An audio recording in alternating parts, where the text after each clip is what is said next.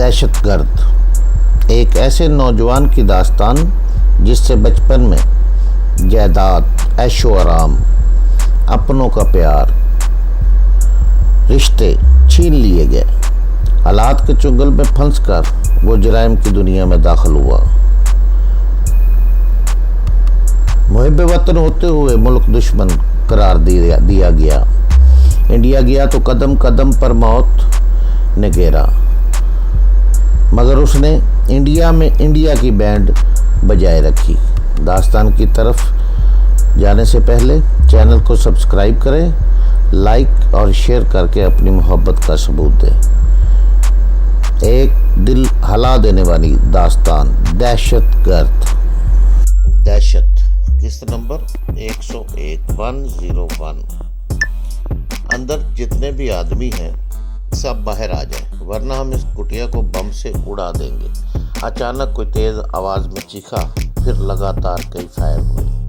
میں حیران تھا کہ یہ علاقہ بھلا کس ویرانے میں ہے جہاں یہ لوگ بلا خوف و خطر اتنی خوفناک اور تسلسل سے فائرنگ کر رہے ہیں۔ نہ صرف فائرنگ کر رہے ہیں بلکہ بم استعمال کرنے کی بھی دھمکی دے رہے ہیں۔ یہ صرف دھمکی نہیں تھی بلکہ مجھے لگ رہا تھا کہ وہ اس کٹیا کو بم سے اڑا ہی دیں گے۔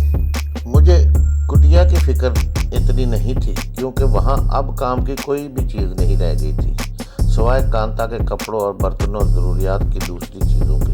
مجھے تو اس جیپ کی فکر تھی جس میں ہم یہاں تک آئے تھے۔ اگر وہ لوگ جیپ کو تباہ کر دیتے یا اسے اپنے ساتھ لے جاتے تو اچھی خاصی مشکل پیدا ہو جاتی۔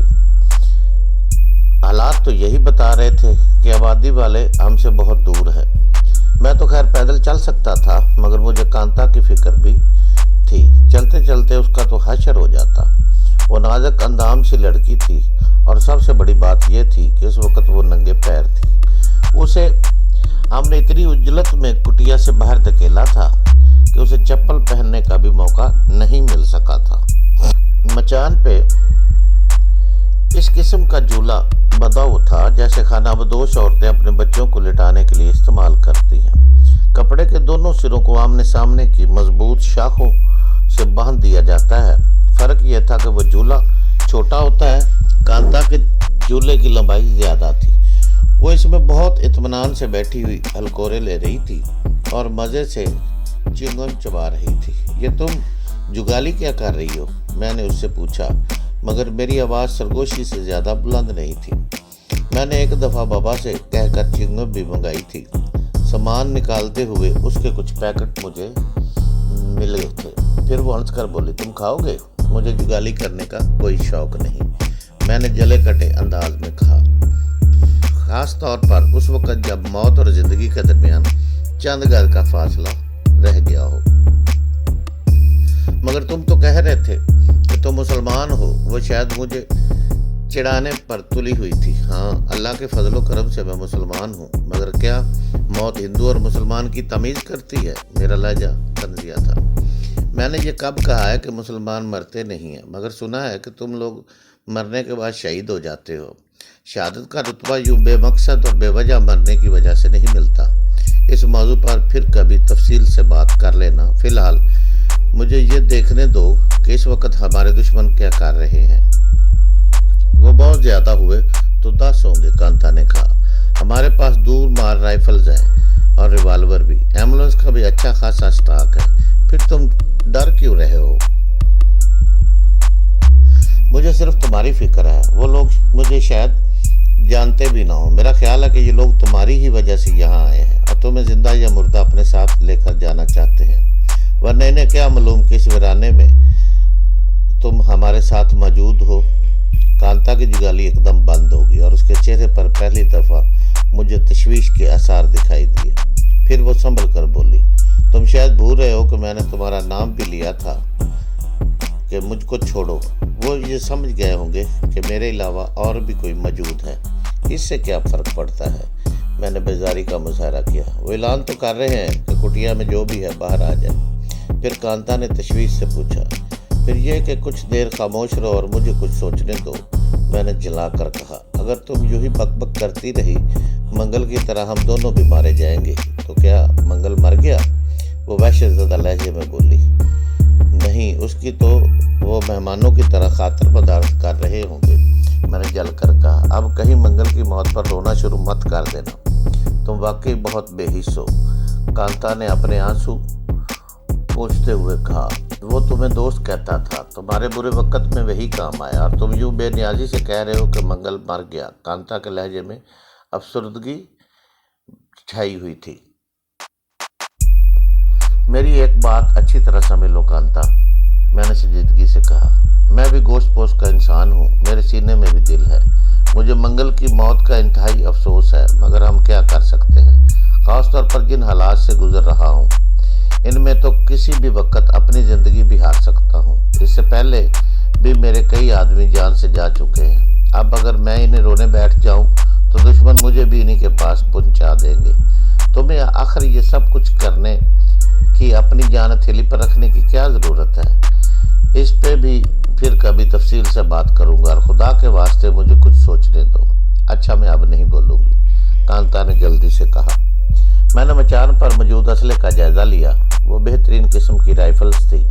मेरे पसंदीदा .38 के गोल्ड रिवाल्वर थे, और फाजल राउंड तो इतने थे कि मैं उनसे कम से कम 3 दिन तक लड़ सकता था। हम तुम तो लोगों को आखिरी वार्निंग दे रहे हैं।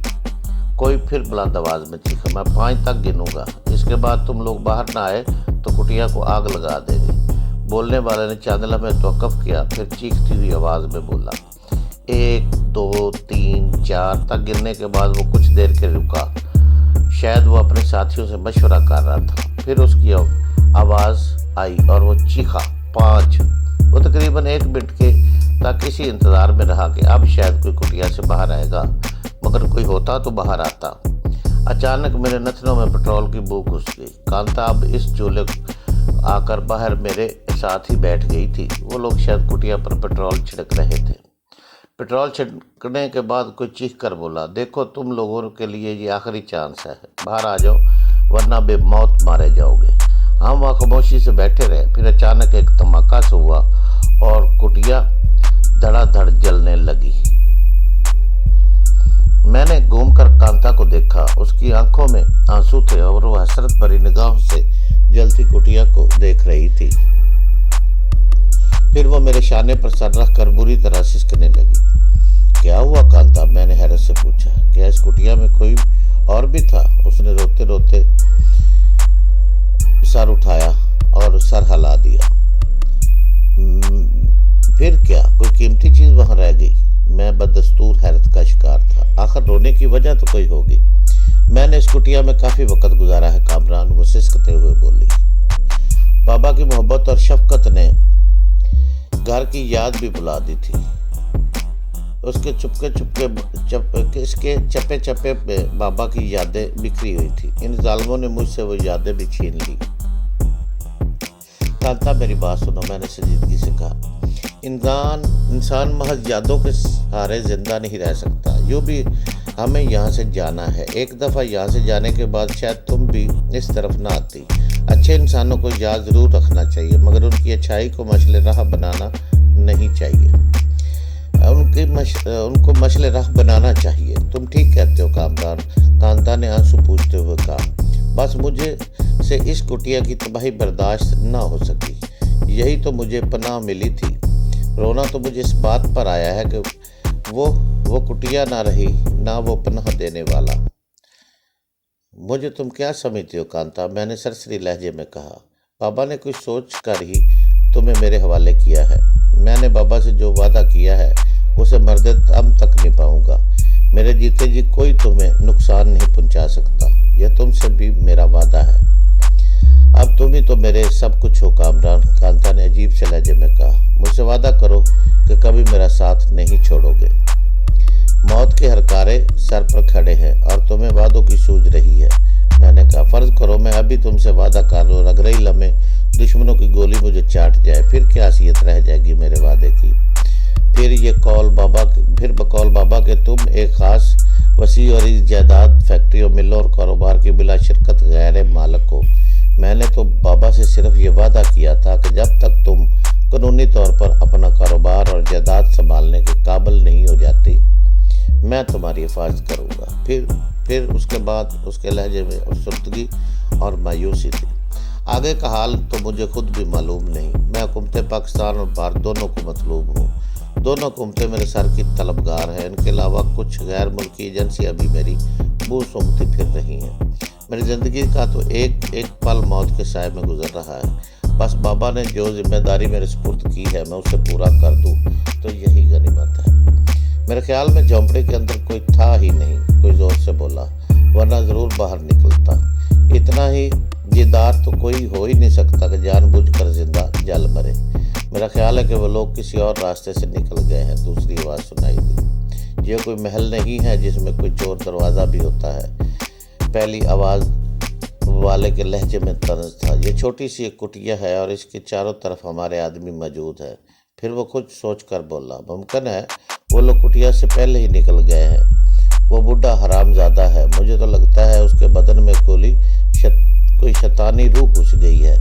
अगर ये बूढ़ा न होता तो कांता अब तक ठिकाने लग चुकी होती।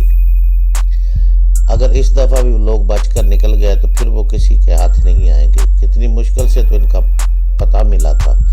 अगर हम खाली हाथ गए तो कंवर साहब सबसे पहले हमें गोली मार देंगे। वैसे भी अब हमारे पास वक्त बहुत कम है, तो फिर इंतज़ार क्या कर रहे हो? एक आदमी को यहाँ छोड़ दो, बाकी लोग इन्हें आसपास तलाश करें। अगर वो भाग भी गए हैं तो ज़्यादा दूर नहीं गए होंगे। फिर उसने बुलंद आवाज़ में सबसे कहा, सिर्फ मोहन यहाँ ठहरेगा, बाकी लोग कांता और इस बूढ़े को आसपास तलाश करें। चलो जल्दी करो। मगर दादा, इनके पास कोई और आदमी भी है जिसे कांता खारान या पता नहीं धारान क्या कहकर आवाज़ दे रही थी। एक नई आवाज़ सुनाई दी। फिर पहली आवाज़ में झलाहट थी, तुम्हारे पास राइफल भी है और रिवाल्वर भी। तुम इतने तेज कब से हो गए मोहन? अरे इनमें से जो भी नज़र आए उसे देखते ही गोली मार देना। कोशिश करना कि कांता जिंदा हमारे साथ रह जाए।